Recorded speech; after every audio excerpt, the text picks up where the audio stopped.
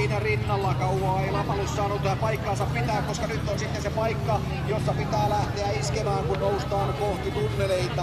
Hyvin on Lapalus siinä kolmantena, on parhaimmillaan ollut 2 otteeseen tällä pelaa 10 joukossa maailmankauden osakilpailussa, mutta ei siis tällä kaudella palkintopallin sijoituksella, joten siinä myös tietenkin vaikkapa Lapalusta miettii, niin jos on yhtiöitä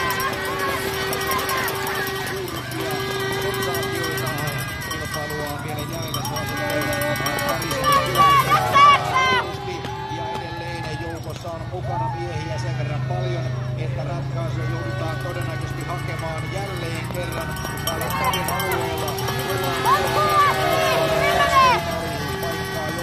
Katsottu, nyt sieltä ei pisteitä jaeta, mutta sen sijaan katsotaan sitä, että kenen kantti kestää, kun Klæbo vetää. Niskanen, Amundsen numero 10, Lapalus, Poromaa.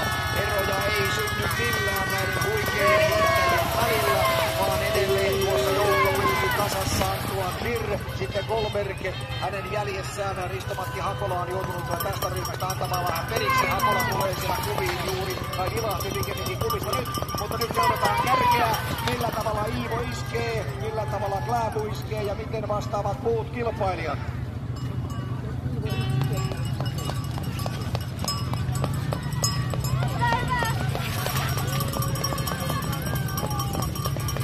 Ja nyt siellä valitettavasti tuli täydellinen katkeaminen Hugo Lapalukselle. Hän jäi sinne